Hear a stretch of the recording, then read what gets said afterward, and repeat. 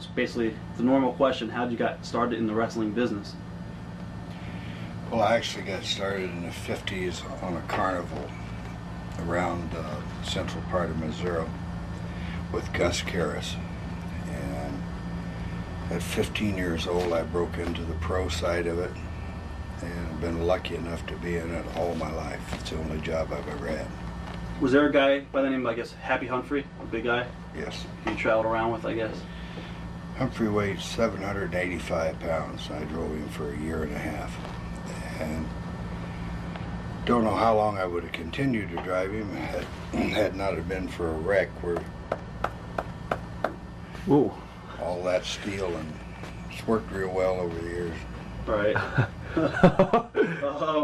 I guess you started basically in Kansas City territory. Back then it was St. Joe.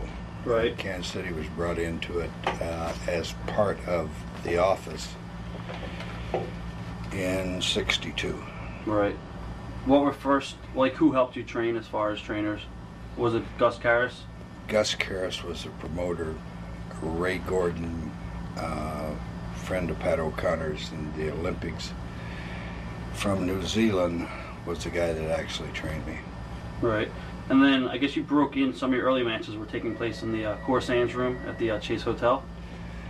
Yes, first time the Corzon room, I went there, and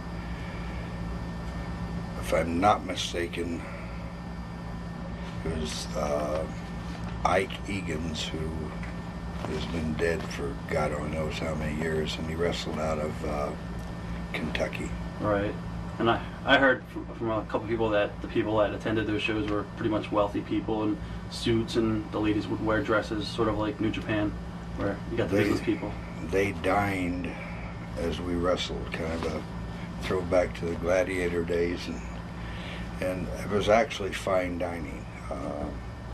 Champagne was served, you know, along with whatever cocktail you wanted, until the Bruiser started hitting about that point in time. And of course, with the Bruiser in the house and landing in the middle of some of those tables and upsetting the tables, the fine dining quit shortly thereafter.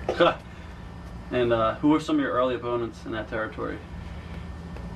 Around right then would have been a Cowboy Bob Ellis, John Valentine, who him and myself returned there a lot later on, Dick the Bruiser, Sonny Myers, Ronnie Atchison.